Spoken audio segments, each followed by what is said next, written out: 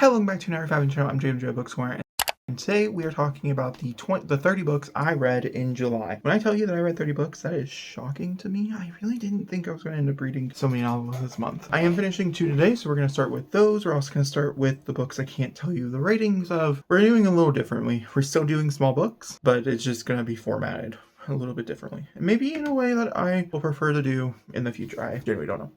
We're going to start with books I can't tell you the ratings of because I've not finished them yet, but I will be finishing today. I'm filming this on July 31st. We have Sunrise on the Reaping by Suzanne Collins. This is Hamish's novel where he goes into the games and it's his games. This is the second quarter quell. There's 48 tributes. He is from District 12. He ends up being pulled to go into this. Lots of different things. I'm filming a whole entire spoilerly vlog on this, so you'll get a full review of it in the near future. Between a 4 and a 5, I really don't know where we're gonna land. So like I said, I can't tell you the rating of it because of that. The other one that I'm definitely gonna be reading is Midnighter and the Apollo. This Midnighter and Apollo series is a direct sequel to a spin-off of a series I didn't get to read, but I do hope to read. I'm gonna maybe see if my library has it, which is a Nightwing spin-off series, but that's called Midnighter. They're established in the comics before that, from what I understand, but this is like the ones that became prevalent, and this is the area that I ended up falling into. Midnighter is a Batman slash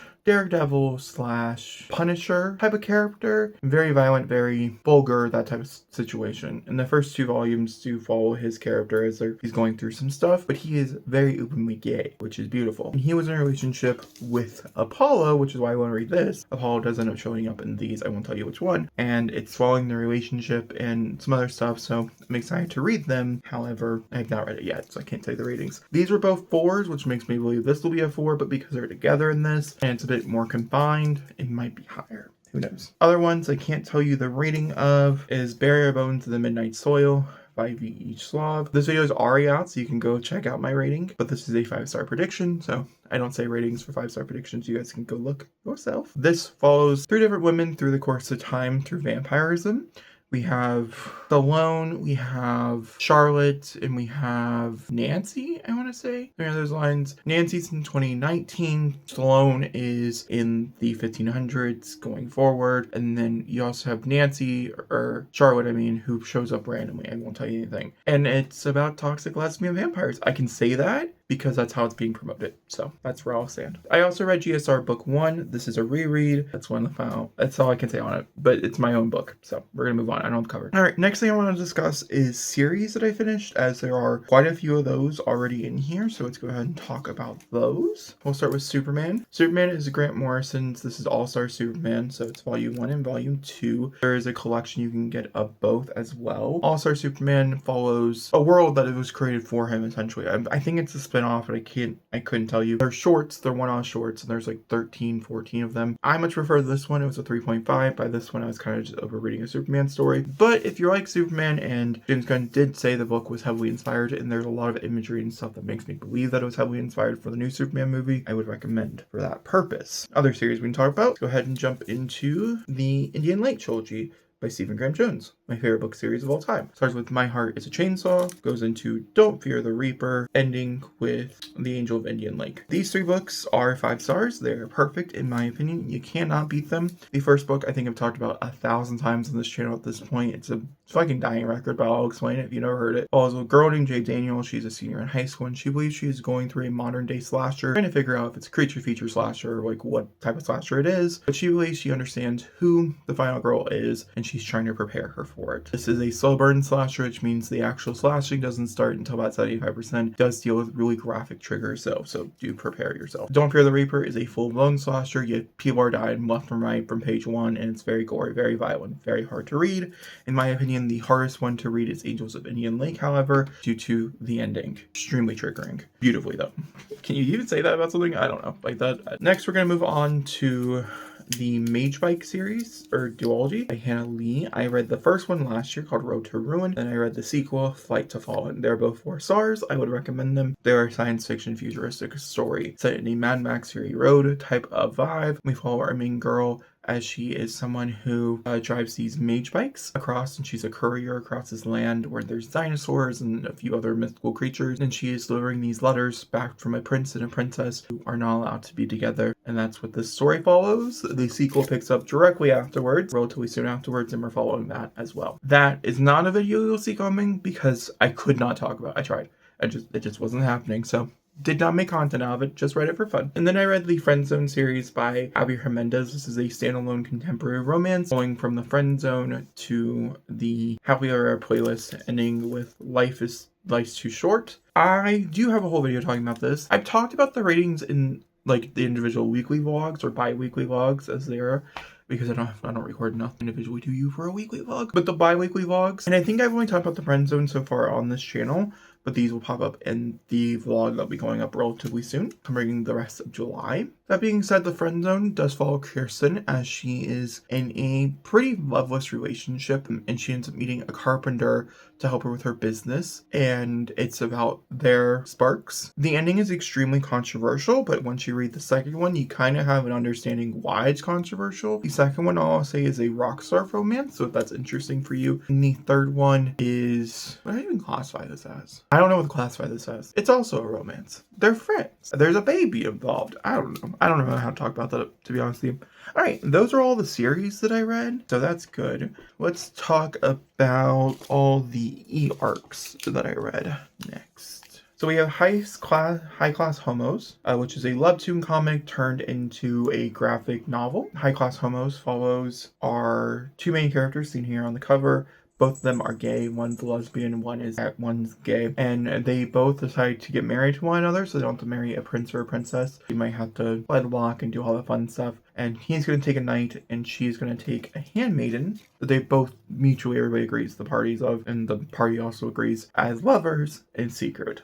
And that's what that follows. I don't remember what I gave Home Class. A 3.5. I thought it was fine and cute. Here's Akasha. I don't think she actually technically wanted to say hi, but she said hi anyways. Then we have Breakland Season 1, The Chase. I don't remember what this is about. I rated it a 3.25. I don't remember liking the artwork. I just couldn't tell you anything about it. So sorry about that. Bad job, Jacob. We have Tower, I think this is what it is. I picked this up because it was from the creator of Blame, and if you guys don't remember, I ran through Blame last year pretty quickly and adored it. I didn't love the Tower nearly as much. I didn't think it was nearly as creative or as inventive as Blame. Tower landed on 3.5. This follows a group of knights who go into a very long tower and have to survive. It's pretty simple and it's forecasts, but yeah. Let's talk Brain Damage next. I couldn't tell you the author's name for the sake of my life. This is a 2.5. That seems generous in my opinion on my thoughts. It's really only because there's one story in here in particular that has to do with a grandpa. That was the most horrendous thing I've ever read in my life, and I hated it. I gave it like a 0.5. I don't even think it's a 0.5. I think it's a negative like 40. It's so unjustifiable. Short story collection full of these like horror short stories that are very violent, very, I didn't like it. Then lastly, the last one I picked up for this month was Agent Cupcake. This is a middle grade, I would say more on the low end of middle grade, novel about a boy who ends up befriending a mythical creature that is a unicorn and solving mysteries with them, and it was the best thing in the entire world. I gave it a 5. And it's an unapologetic 5 too. It's perfect. I have no questions, no complaints. It's beautiful. Could not recommend more, especially if you have younger kids. It's written by a spy, and so there's like actual things teaching them about spies and stuff. It's super fun. I think it's a great time. Next, we'll talk about a video that you will see in the near future, which is Riley Sagar's video. I'm finally committing to it. I did read With a Vengeance this month. I won't tell you the rating, so it can be a shocker, I guess. It was not good.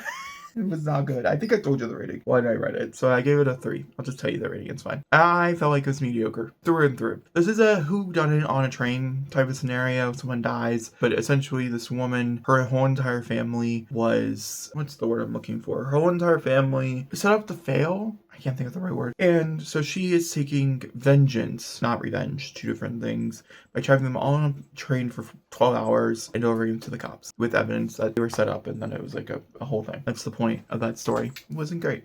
But it is a video that's coming forward. I'm going to do a whole wrap-up on Riley Sagar, like I did with Taylor Jenkins Reid. That was like 2 years ago, so if you don't know that video, I'll link it. I love that video. It's a minute ago. This weird one, because it does not fit in with the rest of the pack. We have Warriors. This is the first book in the Warrior series, Into the Wild. This is technically the first book in the initial start series, and then there's a prequel series. There's like 114 books. This is a middle grade YTeen novel. It's pretty violent. I think the dragon one, I can't think it was called, my sister's favorite thing. I couldn't tell you. I think more on the lines of that. Pretty violent. Follows a house cat as he becomes a wild cat. I hate it. Couldn't tell you why. I mean, I could. I just didn't really like the fact that cats were doing more human things. It just didn't make sense to my brain. That's Warriors. I guess we'll go through the rest of my graphic novels and manga that I read. A White Widow by our Welcome to Idleland. This is like volume 1. It might just be a full story. I really hated the artwork. Oh my god, I hated it so much. The action sequences were quite good, and I couldn't tell you the full point. I was a little lost. What did I land that on? A 3.25 as well. We have Casting, which I'm giving a 2.75. It says it's a 3. I don't agree. That's about a woman who gets her face stolen and she is left disfigured while this other woman runs around, and it's about their relationship. It's a manga. I wouldn't really recommend it. I couldn't find anything to really talk about. These next two are controversial, so say what you will. We have Deathtopia. Deathtopia Volume 3. I gave this a 1.5. If you read it, you know why. What the fuck? Will I read more? Don't talk to me. And then I have Happiness Volume 3 as well, which is extremely controversial, especially in this space. And I totally understand why, but I love the vampires. I love what they're doing with it. I'm so interested. I'm so intrigued. There's a lot about this that it's really disturbing, and I really wish the characters were drawn, like actually drawn like adults, not like fucking children, and like the weirdness was taken out. But the vampires is super cool, so I landed on a 3.5. I know. Let's move on. Let's talk about the other Stephen Graham Jones I read, which was The Babysitter Lives. This has been on my list for a long time now, and I finally got to it. This is about a babysitter. She is going off to college. This is one of her last 2 jobs she's going to be doing. Taking the ACTs or SATs the next day, and she has whole life planned out, and she ends up babysitting for this family. It turns out the family is a little haunted. It's a bit of a haunted house story. I thought it was okay. I gave it a 3.25. It ended exactly how I thought it was going to end, which was very tragic, which makes me sad. Next one we'll talk about is King of Ashes. This is S.A. Cosby. This is my 25 and 25. Also, I just really enjoy S.A. Cosby's writing. This was told to me like it's going to be The Godfather in New Orleans. I don't really know if it lived up to that, but it was really good. I gave it a 4.25. There's some really, really graphic imagery in here, which I really enjoyed as well. It's about a family. Essentially, the oldest is like this high-end broker for like a lot of famous people and has to come back to town when tragedy strikes, and so he's asked to come home, and then he realizes that his brother is in deep shit, and so the majority of the story is trying to solve this problem that his brother had found himself in. That's what King of Ashes is. I really liked it though. I liked all the characters, I liked all the things. I think he did a really good job. I liked Razorblade Tears a bit more, but I'm excited to read more from his work. And then the last book, and technically the last book I finished, which is Blood at the Roots by Lorraine Williams. This is a series that I'm really excited to talk to you about. Essentially, the pitch was Harry Potter, but in a HBCU, and I was like, okay, I'm interested. Give it to me. This is filled with a diverse cast and very inclusive.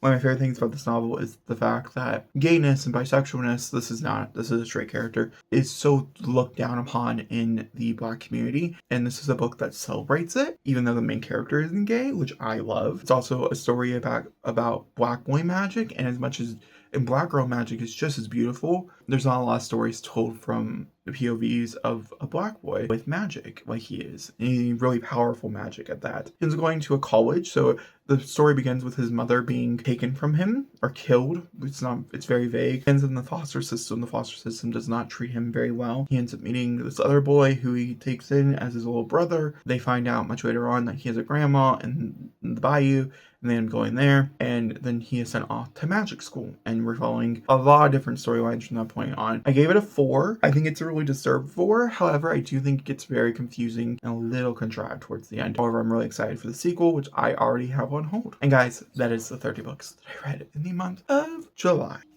Color me shocked. I really didn't think I was going to be able to read that much. But do let me know what your favorite book you read this month and least favorite, as I always do love to know. And I'll talk to you all next time in another video soon. Thank you for watching.